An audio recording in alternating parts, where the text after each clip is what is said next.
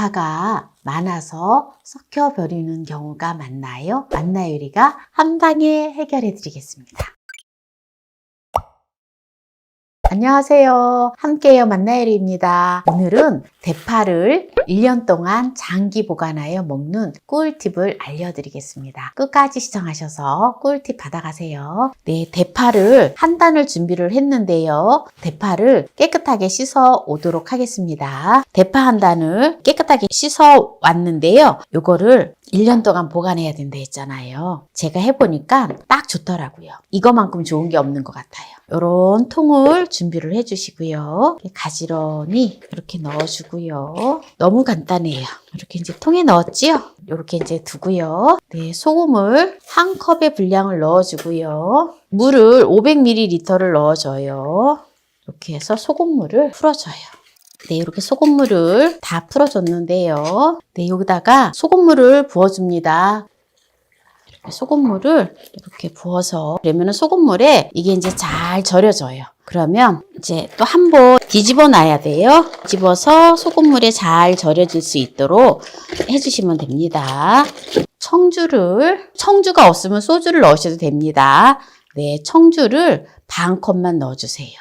이렇게 해서 뚜껑을 덮어서 보관을 해주시면 됩니다. 그러면 이걸 가지고 어떤 요리를 하느냐? 네, 요리를 이제 하는 걸지도 보여드릴 건데요. 파게장 같은 거 하시면 딱 좋아요. 대파를 많이 사셔가지고 염장을 하셔서 드시고 필요하실 때마다 조금씩 꺼내가지고 다양한 요리를 해서 드실 수가 있어요. 네, 염장이 되어 있기 때문에 짜기 때문에 골마지도 끼지 않고 또 씌어지지가 않아요. 염장되어진 거는 절대 발효가 되지가 않거든요. 그래서 다양한 요리를 해서 드실 수가 있어요. 그러면 어떤 요리를 할지 이제 또 보여드릴게요. 네, 먼저 지금 요리하는 거는 고등어 조림을 할 건데요. 물을 납작납작하게 썰어서 냄비에다가 깔아주면 돼요.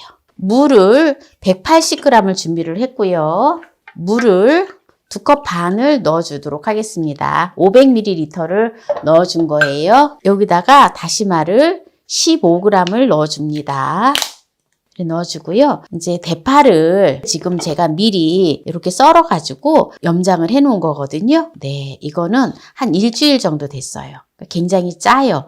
네, 요거를 대파를 한 컵의 분량을 이렇게 물에다가 한번 이렇게 헹궈줘요. 헹궈서 꼭 짜서 사용을 할게요. 염장되어 있는 대파를 썰어주세요. 그냥 다져준다 생각하시면 됩니다. 우리가 보통 보면은 뭐 고등어 조림 같은 거 할 때 대파가 많이 들어가잖아요. 다져서. 네, 그래서 다져서 넣는다 생각을 하시면 돼요. 또 대파를 아까는 저는 이제 길쭉하게 해서 또 절이기도 했지만 또 이렇게 잘라서 절이기도 해도 되고 또 이렇게 다져가지고 또 염장을 하셔도 괜찮아요. 여기다 이제 넣어줘요. 이렇게 해서 불에다 올려서 무가 익을 수 있도록 네, 끓여주도록 하겠습니다. 다시마가 들어갔기 때문에 청주를 2큰술을 넣어줄게요.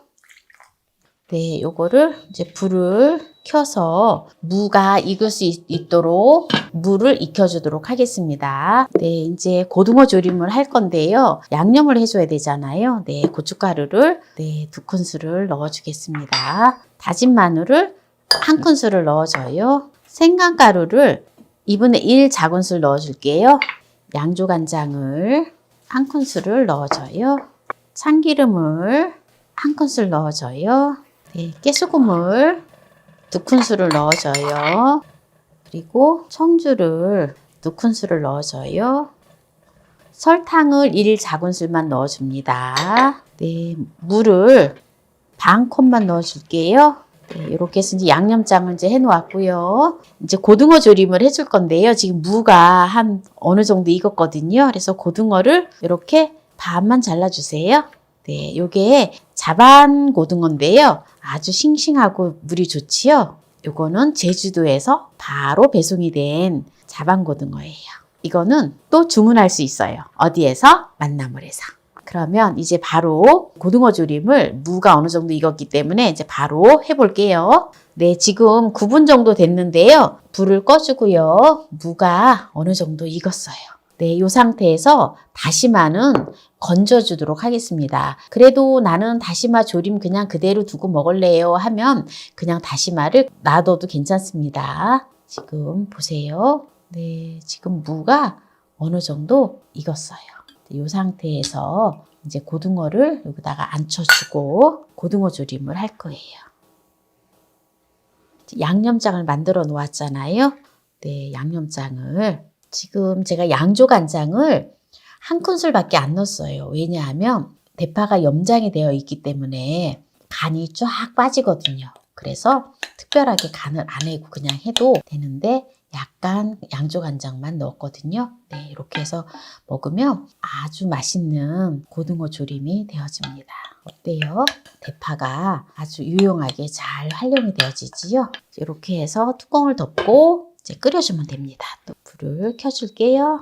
네, 지금 이제 고등어가 조림이 다 되었는데요. 맛있겠죠? 네, 이렇게 또 8분을 졸여줬는데요. 끓기 시작하는 시점에서 약한 불로 해서 8분을 끓여줬어요. 네, 이거는 좀 이따가 이제 맛을 보고요. 또 한 가지 요리를 보여드릴게요. 약간의 대파를 준비해주면 됩니다. 이렇게 한번 헹궈서 이거를 또 쫑쫑 썰어줄 거예요.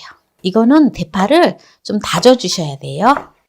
대파를 쫑쫑 다졌는데요. 네, 얼마나 되는지 제가 계량을 해보려고 그래요. 네, 정확하게. 네, 한 큰술 한 반 되네요. 이렇게 넣어주고요. 다진 마늘을 한 큰술 넣어줘요. 식용유를 한 큰술 넣어줘요. 손두부인데요. 손두부를 4분의 1모를 준비를 해주세요. 근데 이거를 조금 으깨주세요. 이렇게 으깨 놓고요. 네, 그러면 이제 이거를 대파하고 마늘을 볶아주도록 하겠습니다. 네, 타지 않을 정도로 볶아주세요. 좀 탄다 싶으면 불을 줄여주세요. 네, 어느 정도 볶아지면 두부를 넣어주세요. 으깬 두부를 아주 약한 불로 해서 주도록 하겠습니다. 네, 이렇게 해서 뚜껑을 잠시 덮어 놓고요. 그 다음에 계란을 한 개를 이렇게 깨주고요. 참기름을 한 큰술을 넣어줘요. 그리고 이거를 이렇게 저어주세요. 불을 약불에서 중불로 올려주고요. 밥을 한 반 공기 정도 준비를 했습니다. 밥을 넣어주시고요. 그리고 계란을 풀어놓은 거를 넣어줘요. 해주고 술을 좀 살짝 넣어주고요. 이제 불은 꺼주고요. 네, 깨소금을 한 큰술 넣어줘요. 네, 이렇게 해서 볶음밥이 지금 간을 하나도 안 했잖아요. 대파에 간이 되어 있기 때문에 아주 맛있는 볶음밥이 되어집니다. 네, 이렇게 지금 볶음밥을 했거든요. 네, 그러면 이제 여기에서 마무리를 하고 고등어하고 이제 맛을 보도록 할게요. 볶음밥을 먼저 먹어볼게요. 너무 맛있어요. 대파에 그 간이 되어 있잖아요. 그 간 되어 있는 걸로만도 볶음밥이 아주 맛있습니다. 고등어를 한번 먹어볼게요. 고등어에다가 무조림을 한 거를 먹어보도록 하겠습니다. 아, 저는 이게 무가 어떤 맛일지 무부터 먹어볼게요.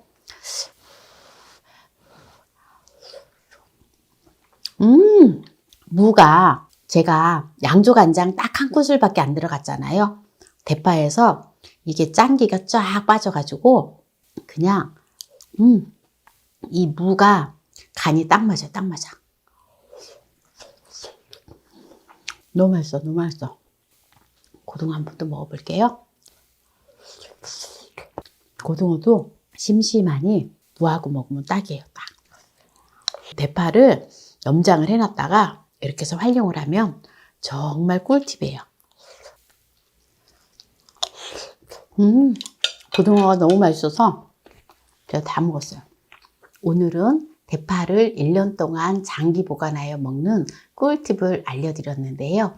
오늘 이 영상이 마음에 드신다면 구독, 좋아요, 알람 설정 부탁드립니다. 오늘 이 영상을 끝까지 시청해주신 함께해요 만나요 요리 가족 여러분 감사합니다. 건강하세요.